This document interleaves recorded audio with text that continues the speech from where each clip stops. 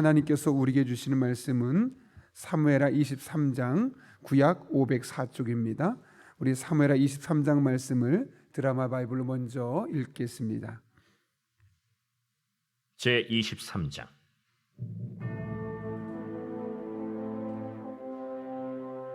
이는 다윗의 마지막 말이라. 이새의 아들 다윗이 말하며 높이 세워진 자, 야곱의 하나님께로부터 기름 부음 받은 자, 이스라엘의 노래 잘하는 자가 말하노라. 여호와의 영이 나를 통하여 말씀하시며 그의 말씀이 내 혀에 있도다. 이스라엘의 하나님이 말씀하시며 이스라엘의 반석이 내게 이르시기를, 사람을 공의로 다스리는 자, 하나님을 경외함으로 다스리는 자여, 그는 돋는 해의 아침빛 같고 구름 없는 아침 같고 비 내린 후의 광선으로 땅에서 우미 돋는 새풀 같으니라 하시도다. 내 집이 하나님 앞에 이같지 아니하냐. 하나님이 나와 더불어 영원한 언약을 세우사 만사에 구비하고 견고하게 하셨으니 나의 모든 구원과 나의 모든 소원을 어찌 이루지 아니하시랴. 그러나 사악한 자는 다 내버려질 가시나무 같으니 이는 손으로 잡을 수 없음이로다. 그것들을 만지는 자는 철과 창자루를 가져야 하리니 그것들이 당장에 불살리리로다. 다윗의 용사들의 이름은 이러하니라. 다그몬 사람 요셉 바세벳이라고도 하고 에센 사람 아디노라고도 하는 자는 군 지휘관의 두목이라. 그가 단번에 800명을 쳐 죽였더라. 그 다음은 아호아 사람 도대의 아들 엘르아살이니 다윗과 함께한 세 용사 중에 한 사람이라. 블레셋 사람들이 싸우려고 거기에 모임에 이스라엘 사람들이 물러간지라. 세 용사가 싸움을 도두고 그가 나가서 손이 피곤하여 그의 손이 칼에 붙기까지 블레셋 사람을 치니라. 그날에 여호와께서 크게 이기게 하셨으므로 백성들은 돌아와 그의 뒤를 따라가며 노력할 뿐이었더라. 그 다음은 하랄 사람 아게의 아들 삼마라. 블레셋 사람들이 사기가 올라 거기 녹두나무가 가득한 한쪽 밭에 모임에 백성들은 블레셋 사람들 앞에서 도망하되 그는 그 밭 가운데 서서 막아 블레셋 사람들을 친지라. 여호와께서 큰 구원을 이루시니라. 또 30두목 중 세 사람이 곡식 벨 때에 아둘람 굴에 내려가 다윗에게 나아갔는데 때에 블레셋 사람의 한 무리가 르바임 골짜기에 진쳤더라. 그때 다윗은 산성에 있고 그때 블레셋 사람의 요새는 베들레헴에 있는지라. 다윗이 소원하여 이르되, 베들레헴 성문 곁 우물물을 누가 내게 마시게 할까? 세 용사가 블레셋 사람의 진영을 돌파하고 지나가서 베들레헴 성문 곁 우물물을 길어가지고 다윗에게로 왔으나 다윗이 마시기를 기뻐하지 아니하고 그 물을 여호와께 부어드리며 이르되, 여호와여, 내가 나를 위하여 결단코 이런 일을 하지 아니하리이다. 이는 목숨을 걸고 갔던 사람들의 피가 아니니까 하고 마시기를 즐겨하지 아니하니라. 세 용사가 이런 일을 행하였더라. 또 스루야의 아들 요압의 아우 아비세이니 그는 그 세 사람의 우두머리라. 그가 그의 창을 들어 300명을 죽이고 세 사람 중에 이름을 얻었으니 그는 세 사람 중에 가장 존귀한 자가 아니냐. 그가 그들의 우두머리가 되었으나 그러나 첫 세 사람에게는 미치지 못하였더라. 또 갑스엘 용사의 손자 여호야다의 아들 브나야이니 그는 용맹스런 일을 행한 자. 일찍이 모압 아리엘의 아들 둘을 죽였고 또 눈이 올 때 구덩이에 내려가서 사자 한 마리를 쳐 죽였으며 또 장대한 애굽 사람을 죽였는데 그의 손에 창이 있어도 그가 막대기를 가지고 내려가 그 애굽 사람의 손에서 창을 빼앗아 그 창으로 그를 죽였더라. 여호야다의 아들 브나야가 이런 일을 행하였으므로 세 용사 중에 이름을 얻고 30명보다 존귀하나 그러나 세 사람에게는 미치지 못하였더라. 다윗이 그를 세워 시위대 대장을 삼았더라. 요압의 아우 아사헬은 30명 중에 하나요.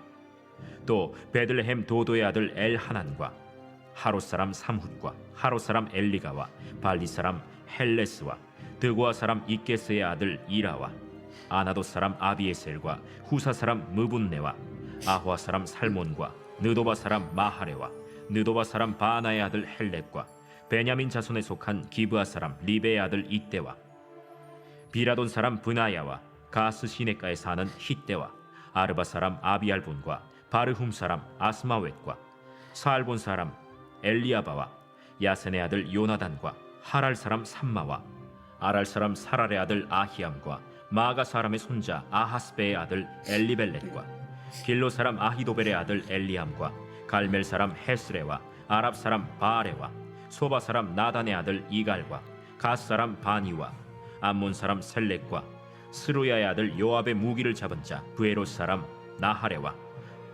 이델 사람 이라와 이델 사람 가렙과 헷 사람 우리아라. 이상 총수가 37명이었더라. 아멘. 오늘 이제 사무엘하 내일까지 보게 되면 끝나게 되는데요. 오늘 사무엘하 23장은 다윗의 마지막 말, 즉 유언과 또 그가 수많은 전쟁을 치르는 동안 그와 함께했던 사람들의 목록을 우리에게 제시해주고 있습니다. 먼저 다윗의 유언이 1절부터 7절까지 말씀에 기록되어 있는데요. 다윗은 자신이 유언을 하면서 자신의 유언의 출처가 어디였는지를 말씀합니다. 그것이 바로 2절인데 이렇게 기록하고 있죠. 여호와의 영이 나를 통하여 말씀하시며 그의 말씀이 내 혀에 있도다. 이게 무슨 말일까요? 여러분, 보통 우리가 마지막 말, 누군가에게 마지막 말을 남긴다고 하면 고심하고 머리를 짜내어서 어떤 말을 남길까 해서 문장을 만들어내는 것이 일반적인데, 오늘 다윗은 자신의 유언이 오랜 시간을 고민해서 만들어낸 자신의 작품이 아니라 여호와의 영, 즉 성령께서 자신에게 직접 주셔서 깨닫게 하신 말씀임을 분명하게 전하고 있는 겁니다. 중요한 것은 이 유언의 대상이죠. 지금 이 유언을 누구에게 하고 있습니까? 이어지는 3절 이하의 말씀 보게 되면 자신의 가족들에게만 하는 것이 아니라 이스라엘 백성 전체를 향해서 사람을 공의로 다스리고 하나님을 경외함으로 다스리는 자에게 어떤 은혜가 있는지, 그러나 그 반대로 사악하는 자에게 어떤 해악이 있는지를 아주 공개적으로 전하고 있습니다. 여러분, 이 말씀을 보면서 이 다윗이 유언하는 모습을 보면서 여러분의 마음에 어떤 생각이 듭니까? 다윗은 여호와의 영이 임해서 여호와의 영이 다윗을 통해서 유언을 말했구나 라고 그냥 깨닫고 넘어가기만 한다면 이건 참 우리에게 불행한 일입니다. 오히려 이런 모습을 보면서 이 순간에도 다윗은 하나님의 영이 함께하는 사람, 하나님의 영이 다윗을 얼마든지 통해서 일할 수 있는 사람이었구나 라는 것을 보고 사실 영적인 도전을 받는 것이 훨씬 더 우리에게 필요한 것이죠. 적어도 다윗은 성령께서 자신에게 말씀하신 이 성령의 음성을 분별해낼 수 있는 이 영적인 분별력이 있었다는 겁니다. 그리고 이것은 다른 말로 하면 다윗이 평소의 삶을 들여다보면 얼마나 성령으로 충만했는지를 단적으로 보여주는 예인 거죠. 그런 매 순간 하나님 앞에 성령 충만을 사모했고, 그래서 성령 충만한 가운데 살아갈 수 있었으며, 성령께서 자신에게 중요한 순간에 주시는 그 메시지를 놓치지 않고 사람들에게 던질 수 있었고 또 스스로에게 적용할 수 있었다는 겁니다. 물론 중간에 하나님으로부터 멀어졌던 적이 있습니다. 그리고 성령의 음성에 민감하게 반응하지 못했던 때도 있습니다. 그래서 자신의 신하의 아내를 성적으로 범하기도 했죠. 그러나 그는 그 문제의 원인이 무엇이 있는지를 정확하게 꿰뚫었습니다. 한순간의 실수구나가 아니라 내가 주의 성령에서부터 멀어졌기 때문이었구나 라고 말하면서 시편에서 말하지 않습니까? 주의 성령을 내게서 거두지 마옵소서. 내가 비록 이런 실수를 했고 이런 잘못을 저질렀다 한지언정 성령께서 나로 하여금 멀어져서 떨어져서 내가 영적으로 하나님과 소통하지 못하고 그냥 인간적인 삶만 살아가지 않게 해달라고 그가 하나님 앞에 기도했던 것을 기억하지 않습니까? 다윗이 이렇게까지 할 수 있었던 이유는 자신이 늘 성령 충만하며 하나님과 영적으로 소통하며 살던 때와 성령에서부터 멀어져서 자신의 본능대로 살았던 때의 삶이 얼마나 다른지를 경험해 보았기 때문에 그렇습니다. 물론 왕이 되었죠. 하고 싶은 거 다 할 수 있죠. 얼마나 그 마음속에 즐거웠겠습니까? 그러나 왕으로서 누릴 수 있는 정치, 경제, 사회, 문화적인 지위, 혜택, 이것보다 성령 충만해서 하나님 안에서 누리는 은혜와 행복이 얼마나 큰지를 알았던 겁니다. 아, 그렇구나. 내가 왕이 되어서 이 왕으로서 누릴 수 있는 것들 다 누리는 게 나는 이게 행복하다고, 좋은 일이라고, 일상 이것 때문에 감사하다고 생각했는데 이게 아니었구나. 이거는 하나님으로부터 나를 조금씩 멀어지게 했던 것이었고 결국 이런 죄를 짓게 만들었구나. 돌아보니 이거보다는 조금 내가 왕은 못 되었어도 힘겨운 시간은 살고 사울을 피해서 도망다니고 미친 채하고 이랬어도 늘 성령 안에서 호흡하며 영적으로 하나님의 음성을 분별하며 살았던 때가 정말 좋았던 때였구나. 이걸 그가 깨달은 거죠. 그러니 가장 중요한 순간에 주의 성령을 내게서 거두지 말라고 그는 그렇게 말할 수 있었던 겁니다. 사실 여러분, 성령이라는 것은, 이 성령 충만이라는 것은 우리 그리스도인에게 있어서 심장과도 같습니다. 그래서 성령 충만하지 않은 사람은 겉은 멀쩡한데 심장이 제 기능을 하지 못하거나 아예 멈춰버린 사람입니다.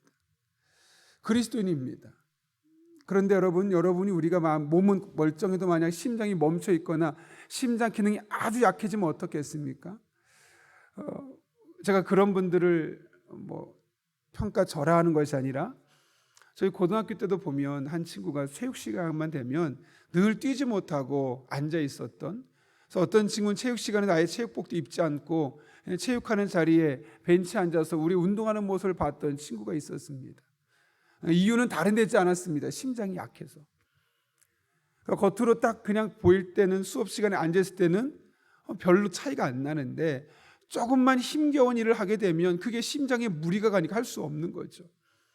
우리 그리스도인도 마찬가지입니다.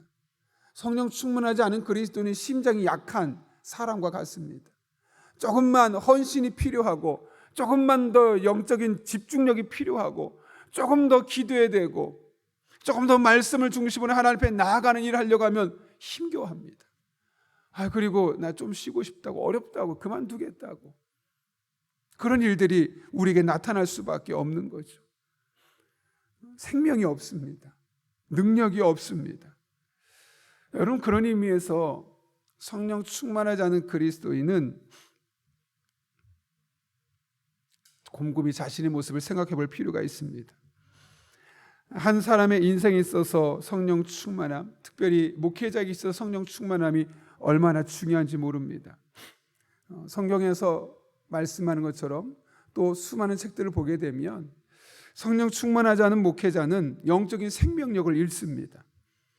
그래서 목회를 하면서 하나님의 일을 드러내는 것이 아니라 자기 욕심을 드러내고 자기가 이루고 싶은 것을 해내는 겁니다. 하나님의 능력을 보여주는 것이 아니라 자신이 배우고 자신이 익혔던 자신의 실력 정도밖에 드러내지 못하는 겁니다. 그러나 성령 충만하면 모든 것이 달라집니다. 하나님이 나를 통해 일하시는 거죠. 그러므로 여러분, 이것은 목회자든 평신도든 사람에 따라 다른 것이 아니라 성령 충만하냐 그렇지 않느냐에 따라서 달라지는 겁니다. 성령 충만은 선택의 문제가 아닙니다. 늘 사모하고 늘 구하며 실제로 늘 성령 충만한 삶을 살아가며 영적인 분별력을 갖게 될 때 하나님께서 우리를 통해 말하시고 하나님께서 우리를 통해 일하시고 하나님께서 우리를 통해 하나님의 능력을 보여주시는 겁니다.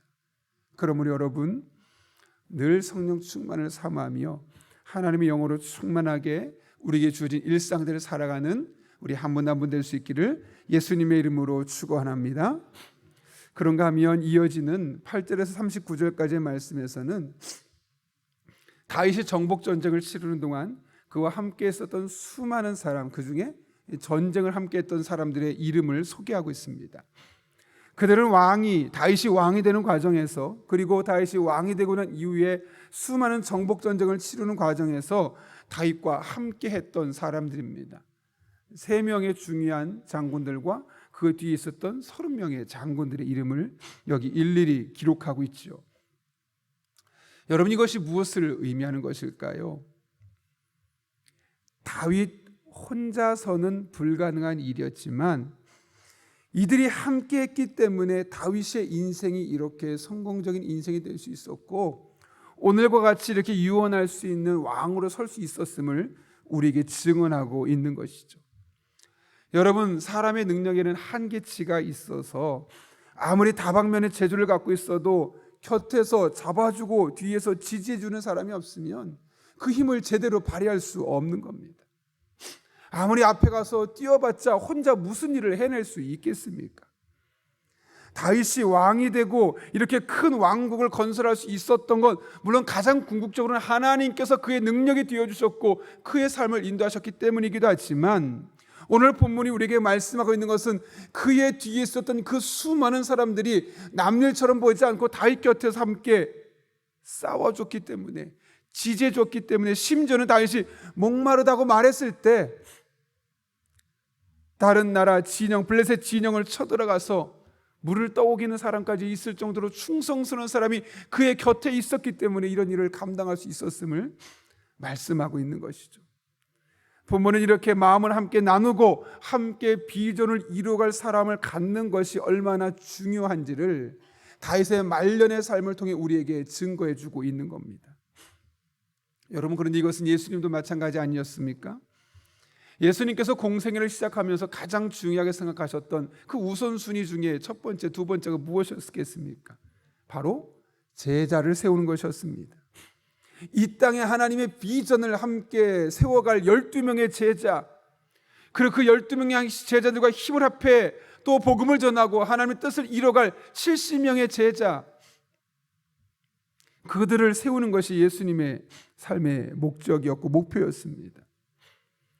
여러분, 예수님께서도 본인 스스로 다 할 수 있어, 사람 없어도 돼, 나는 하나님의 아들이야 라고 말하지 않고 오히려 적극적으로 12명의 제자들을 3년이나 동고동락하며 그들에게 하나님 나라를 가르치고 영적인 능력을 보여주고 하나님의 일을 할 수 있도록, 감당할 수 있도록 말씀하셨죠. 또 누가복음에 되면 70명의 제자가 있었다는 사실을 우리에게 분명하게 증언하고 있습니다. 예수님 혼자 하지 않으셨습니다. 12명, 70명, 그들과 함께 하나님께서 맡겨진 일들을 감당하셨던 것이죠. 예수님께서 이렇게 하셨다면 우리 또한 다르지 않습니다. 우리 또한 이 세상을 살아가며 더욱 예수님처럼 나 혼자 뭐 해봐야지가 아니라 주변에 있는 사람들, 하나님께서 붙여주신 사람들, 하나님께서 내게 주신 사람들과 함께 아름다운 공동체를 이루며 그 공동체를 통해서 하나님의 선한 뜻을 이뤄갈 수 있는 그런 믿음의 사람들이 되어야겠죠. 하나님께서 우리에게 함께 마음을 나누고 기도 제목을 나누고 비전을 함께 이뤄갈 수 있는 이 공동체를 주셨습니다. 서로에게 힘이 되고 위로가 되고 함께 하나님의 나라를 이뤄가시기 위해서 이런 일을 하신 것이죠. 그래서 이 같은 사실을 깨달았던 솔로몬은 전도서 4장 9절부터 11절에서 이렇게 말합니다. 두 사람이 한 사람보다 나음은 그들이 수고함으로 좋은 상을 얻을 것입니다. 혹시 그들이 넘어지면 하나가 그 동물을 붙들어 일으키려니와 홀로 있어 넘어지고 붙들어 일으킬 자가 없는 자들에게는 화가 있으리라. 또 두 사람이 함께 누우면 따뜻하거니와 한 사람이면 어찌 따뜻하랴. 무슨 말일까요? 아무리 유능해도 아무리 뛰어나고 탁월해도 혼자 살아갈 수 없다는 거죠. 반드시 함께 할 누군가가 필요하다는 겁니다.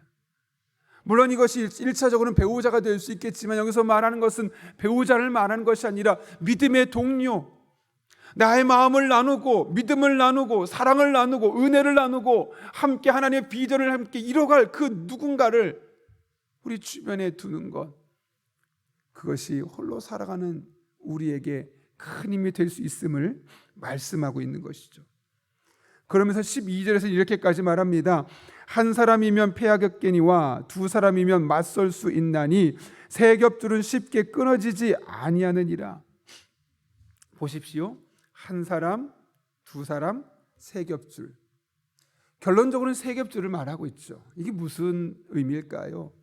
내 옆에 한 사람이 있는 것보다는 두 사람, 두 사람 있는 것보다는 세 사람, 세 사람 있는 것보다는 네 사람, 네 사람보다는 다섯 사람, 이렇게 내 마음을 나누고 은혜를 나누고 정말 힘들 때 얼마든지 기도 제목을 나눌 수 있는 사람, 그렇게 그런 사람들을 우리 주변에 두는 것, 그러면 내 인생에 나를 끊으려 하는, 내 인생에 나를 무너뜨리려 하는 일들이 계속해서 일어날 수밖에 없는데 그럴 때 일어설 수 있다는 겁니다. 둘이서 세 겹줄로 늘어났습니다. 많을수록 좋다는 거죠. 여러분, 한 가지 질문을 해보겠습니다. 여러분은 지금 우리 교회에서 몇 겹줄을 가지고 계십니까? 혹시 여러분의 마음을 나누고 함께 기도해 줄 수 있는 사람이 몇 명입니까? 여러분의 배우자 빼고요. 최소한 여러분을 포함한 3겹줄은 되어야 되지 않겠습니까? 적어도 2명의 사람과 내 기도 제목을 나누고 그들에게 은혜를 나누고, 그래서 내가 힘들든 그 사람이 힘들든 서로에게 기도의 동역자가 되어주는 모습이 우리 안에 있을 때 우리는 좋은 상을 얻을 뿐만 아니라 붙들어줘서 일으켜주고 일으켜줄 사가 있어 넘어지지 않는 삶을 살아갈 수 있게 되는 것이죠. 동물의 왕국을 보면 맹수들의 공격을 받는 대상이 있다고 하죠. 다른 게 아니라 무리에서 벗어나 있는, 무리에서 뒤떨어져 있거나 무리에서 잠깐 딴 생각해서 뒤에 떨어져 있는 이런 동물들이 맹수들의 공격을 받는다고 합니다. 왜냐하면 뭉쳐 있으면 자기가 피해를 입을 수도 있기 때문에 조심하는데, 이 무리에서 멀어져 있으면 얼마든지 다가와서 마음껏 잡아먹는 일이 생긴다는 거죠. 우리 인생도 그렇습니다. 하나님께서 이 시대에 여러분에게 우리 귀를 통해 주신 사람들이 있습니다. 여러분, 그들과 2겹줄, 3겹줄, 4겹줄의 관계를 맺으십시오. 그들과 공동체 안에서 사랑의 공동체, 은혜 공동체, 치유의 공동체, 비전 공동체를 이뤄가 보십시오. 그렇지 않을 때는 경험할 수 없는 놀라운 하나님의 은혜가 여러분 한 분 한 분의 삶을 지배할 것이고, 정말 여러분이 힘들 때마다 그들이 힘이 되고 위로가 될 것이며, 궁극적으로 하나님 바라보며 하나님 안에서 여러분의 삶이 새로워지는 것을 경험하게 될 것입니다. 이런 은혜 매 순간 경험할 수 있기를 예수님의 이름으로 축원합니다. 우리 함께 기도하겠습니다. 거룩하신 아버지 하나님, 오늘 하나님의 말씀을 통하여 성령 충만한 삶이 우리의 삶에 얼마나 귀한 것이고, 그것은 선택의 문제가 아니고 필수 요소임을 다시 한번 깨닫게 하시는 은혜 진심으로 감사를 드립니다. 한 걸음 나아가 내 주변에 믿음의 동역자들을 주셨는데 그들과 2겹줄, 3겹줄의 4겹줄의 관계를 맺고 살아가는 것이 우리의 신앙의 삶에 얼마나 귀하고 유익한 것인지를 알게 하셨는데, 혹여나 우리 교회 성도 중에 한 분이라도 홀로 신앙생활하는 분 있지 않게 하시고 교회 안에 들어와 마음을 나누고 사랑을 나누고 은혜를 나누고 그렇게 하나님과 함께 영적으로 소통하며 호흡할 수 있는 그런 믿음의 사람들 될 수 있도록, 그래서 교회 안에서 새로운 힘을 얻고 밖에 나가서 하나님의 사람답게 멋지게 귀하게 쓰임받는 주의 종들 되게 하여 주옵소서. 예수님의 이름으로 기도하옵나이다. 아멘.